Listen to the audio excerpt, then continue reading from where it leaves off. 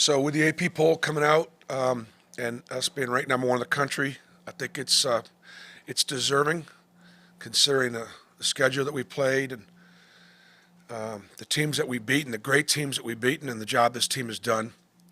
I don't know that we're the best team in the country right now. We're probably not right now because obviously we're not at full strength. Janai won't play tomorrow against Mississippi State, and but we're still a really good team, and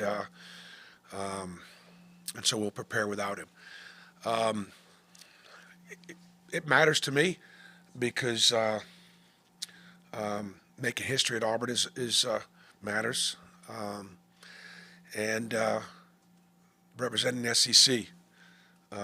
To have another SEC team to be number one in the country, and obviously all the teams that are ranked in the top 10, and right now 12 teams projected to be in the NCAA tournament from our league is unprecedented and historical. So proud of our league and proud of our accomplishment. When we were one back in 2022, we spent several weeks there, and I did feel like we were the best team in the country then. I did.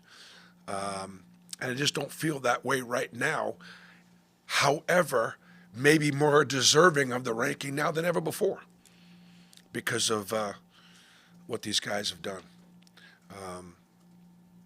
Get ready for the best team to play here at home against us, Mississippi State. It's, believe it or not, even with 7 quad 1 wins on our record, not one of them is at home. And so it's which to me makes it even more impressive. But Mississippi State's the best team we've played so far at home by far. Obviously, great guard in Josh Hubbard, and just Matthews has been one of the best players in the league for a long time. And the thing that makes this team different, I think, than last year's team is they're just dynamic offensively. They shoot the 3-ball really well.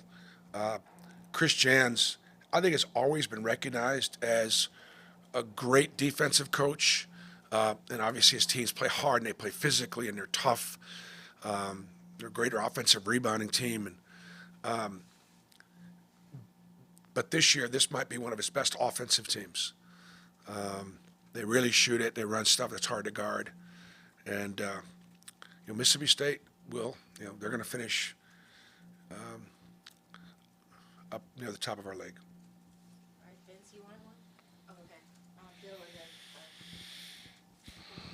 There's 37, I believe it's 37 offensive rebounds your 3 SEC opponents have had, and without Janai, that's got to be a concern. How do you try to, keep them from getting so many second shots?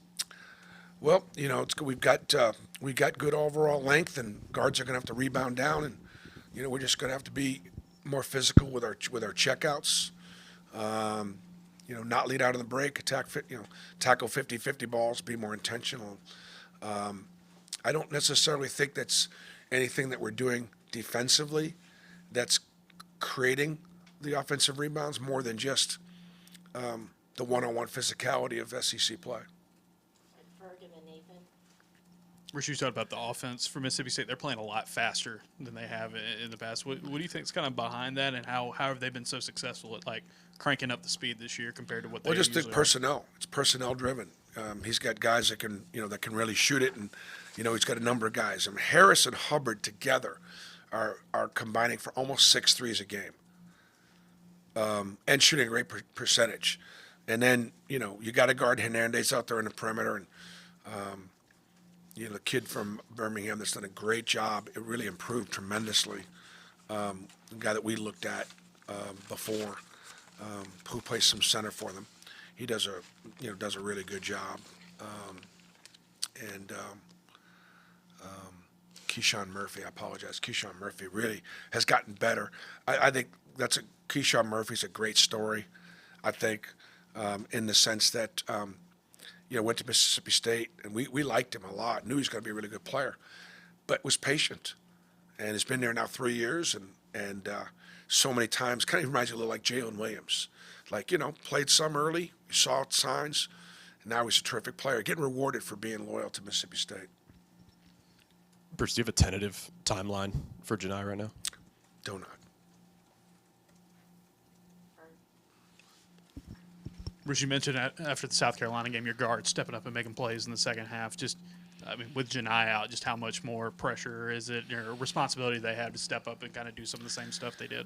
Well, I think a lot of it's just going to be based on the team that we play, where their strengths and weaknesses are, and that's where we'll go.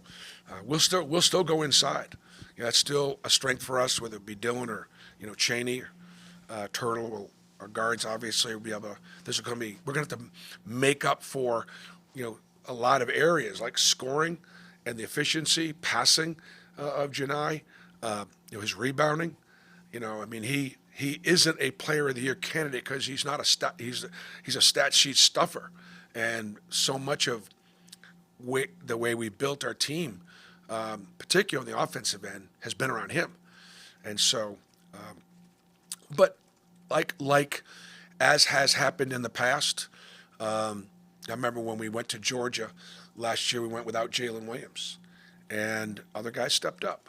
And Jalen Williams was one of our best players a year ago.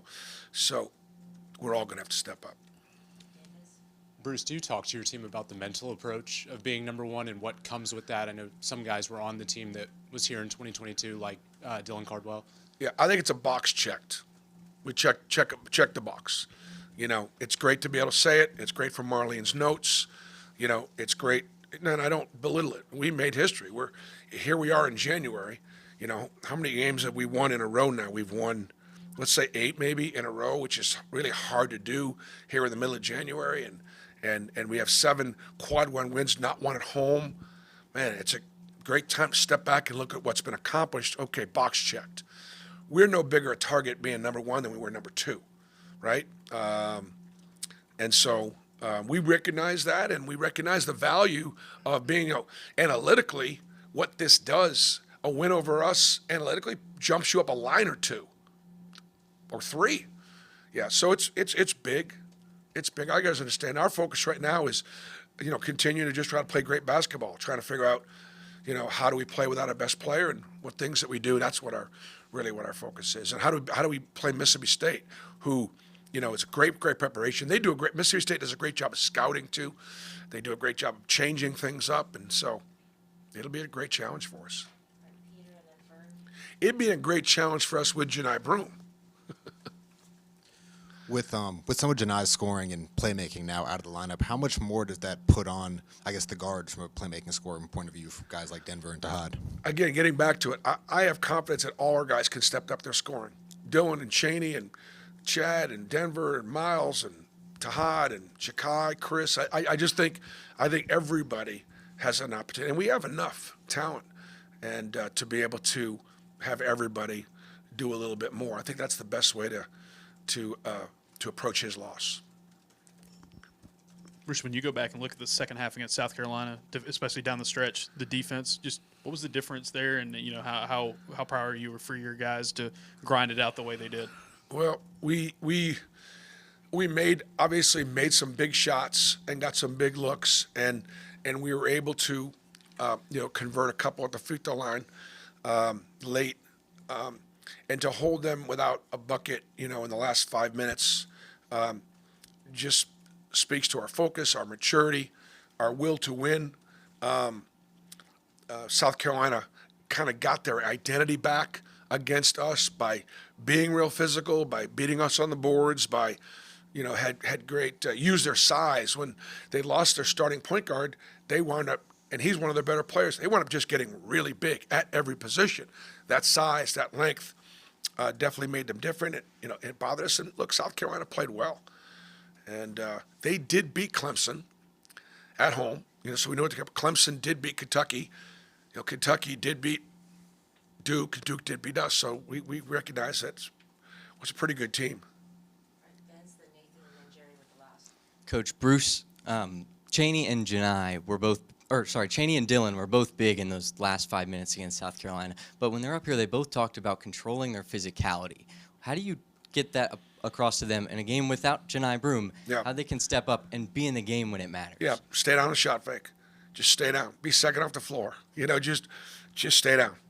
And that's and they both got to play aggressively and they both got to play physically, but they both have got to be smart about they can't afford any any unnecessary fouls.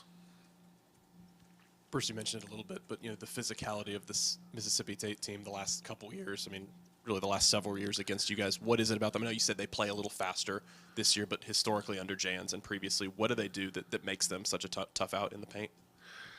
I mean, like Matthews, like every time he drives the ball to get a foul, every time, and he'll put his head down and he'll go, and there's a way to guard him without fouling him, and that's just what we have to do as they seek contact. The defense is entitled to its dancing space. Like, this is my space, this is your space.